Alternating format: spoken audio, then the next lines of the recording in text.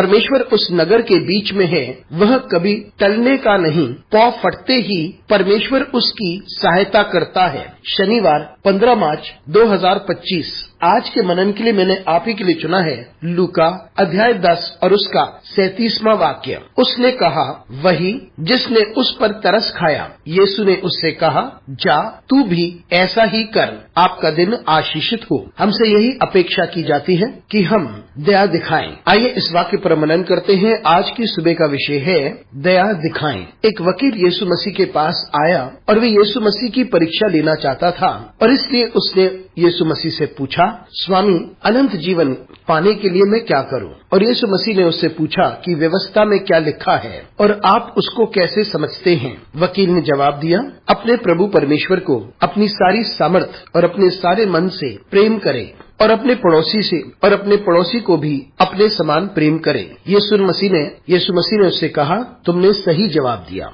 यीशु मसीह आगे बढ़ ही रहे थे। उस व्यक्ति ने पूछा, मेरा पड़ोसी कौन है? और तब यीशु मसीह ने भले सामरी के बारे में उसे बताया। और फिर यीशु मसीह ने उससे प्रश्न पूछा कि इन तीनों में से तुम्हें क्या लगता है कि इसका पड़ोसी कौन है? और वकील ने कहा, उसने जिसने दया दिखाई। यीशु ने उससे कहा, तू भी ऐसा ही कर। मित्रों, हमसे आशा की जाती है कि हम आज्ञाओं का पालन करें, लेकिन क्या हम दूसरों की चिंता करते हैं? और जो दुख उठा रहे हैं, क्या उन पर हम दया दिखाते हैं? क्या हम उनकी चिंता करते हैं जो संपूर्णता असहायक है? यदि हमारा हृदय दूसरे की चिंता नहीं करता और हम दूसरे के प्रति संवेदनशील नहीं है और यदि हमारे पास दया नहीं है, तो हम परमेश्वर के नहीं हैं। ना ही हम परमेश्वर तक पहुंच पाएंगे। जब हम इस दुनिया में हैं और परमेश्वर ने हमें एक उपहार के रूप में ये जिंदगी दी है, तो हम दूसरों की चिंता करें, उनकी जरूरत के प्रति हम संवेदनशील हों, उनके दर्द को समझें और अपने हृदय में दया दिखाएं।